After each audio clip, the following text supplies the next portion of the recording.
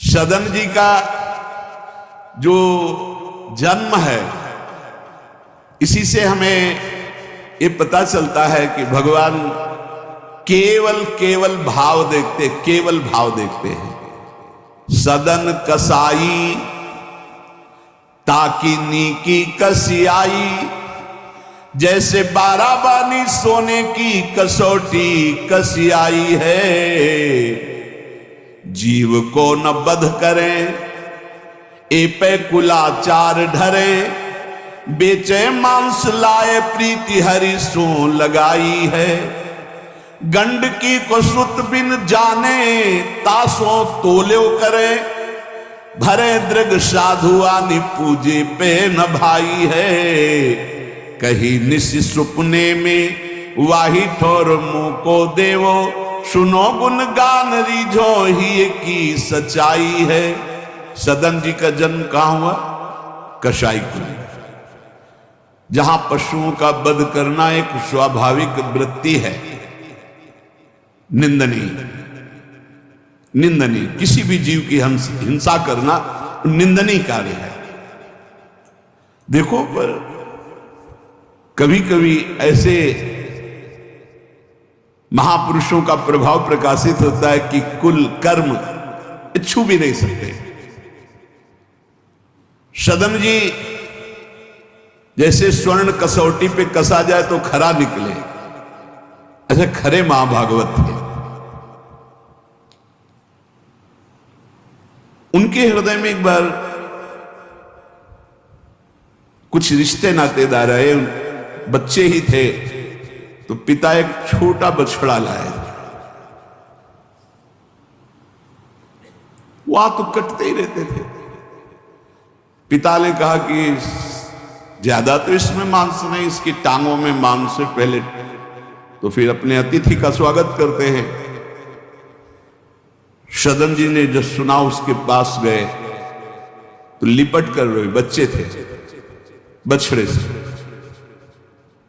ऐसा ऐसा मेरे पिताजी कह रहे हैं तुम्हें काटा जाएगा, और ऐसे दुलार कर रहे। बछड़े के भी देखा आंसू निकल रहे। हर जीव को पता है, कष्ट का पता होता है। तो उसने कहा एक भागवती महापुरुष का जीवन बदलना है, इसलिए मानो बछड़े ने कहा कि तुम अपने पिताजी से कह दो, उचित तो यह है कि पहले मेरी गर्दन काटे। तो सदन जी ने कहा ऐसा क्यों? बोले क्योंकि मैं पूर्व में ऐसा था, तुम्हारे पिताजी पशु थे और मैंने इनकी गर्दन उड़ाई है, तो मैं अब पशु बना हूं, इनसे कह दो तुम्हें गर्दन ही काटनी चाहिए, पहले जिंदा टांग मत काटो, मैंने तुम्हें इतना कष्ट पूर्व में नहीं दिया था, सीधे गर्दन काटी थी। इसका मतलब जो कर्म किया जाता है उसका फल मिलता है पक्का। मैंने पूर्व में तुम्हारे पिता की गर्दन काटी थी इस जन्म में, इसीलिए मुझे पशु बनना पड़ा, और तुम्हारे ही पिता मेरी गर्दन काटेंगे पक्का, तुम रोक नहीं सकते, क्योंकि वो विधान है। पर वो पहले टांग ना काटे, पहले गर्दन काटे।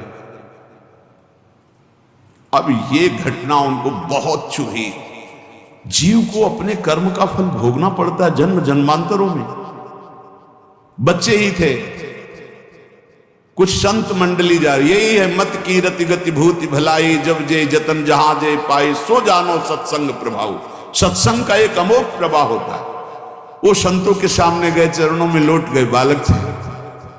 संत जनों ने उठो उठो बच्चे, तो रोते हुए बोले कि हर कर्म का फल जीव को भोगना पड़ता है, कोई ऐसा साधन है जिससे कर्म का फल ना भोगना पड़े और जीवन मुक्त हो जाए, जीव मुक्त हो जाए?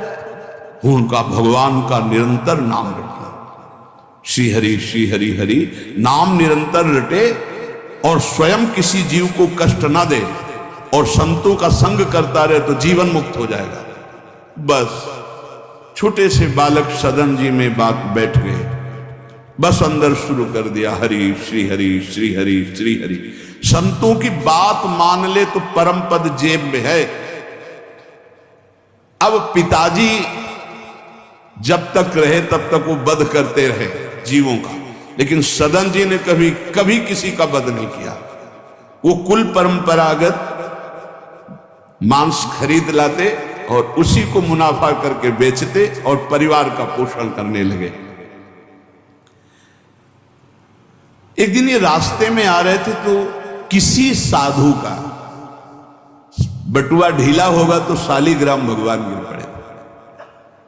इन्होंने उठाया कि अच्छा चमकता हुआ कोई पत्थर है, तो शालिग्राम भगवान को लाए तो उन्होंने अंदाज में कि आधा 1 किलो के वजन का काम तो करेंगे, तराजू में रख दिया। हरि श्री हरि श्री हरि श्री हरि, हर समय नाम जपना। ये तो बचपन से शुरू था संतों की कृपा से और भगवान से अंदर से समर्पण था। ये नहीं जानते थे कि शालिग्राम भगवान है, देखा ही नहीं था कभी भगवान के शालिग्राम रूप को। अब जैसे कोई कहता कि 5 किलो दो तो 5 किलो शालिग्राम बन जाता, 2 किलो तो 2 किलो दो। अब तो बहुत बढ़िया काम की बाट बदलने की जरूरत नहीं, एक ही बाट में जितना मांगो उतना दे दें और ठीक वजन उतने होता, कभी किसी को संशय नहीं हुआ। एक दिन वो संत समागम करते ही थे तो एक संत भगवान आए। कोई इनके यहां ये भेद नहीं मानता था कि ये अमुक कुल की, क्योंकि इतने महाभागवत थे। संतों के चरणामृत लेना, उनके पास बैठकर सत्संग करना, तो संत जन इनके यहां आकर के बैठते थे। इनके यहां आकर के थोड़ी देर भगवत चर्चा, बड़े उच्च कोटि के भाव सदन जी के प्रकाशित थे। तो एक संत भगवान ने देखा कि ये तो बड़े सिद्ध शालिग्राम है, इनमें तो चक्र का चिन्ह भी है और ये इससे मांस तोलते हैं। अश्रुपात होने लगे संत जी के, ऐसा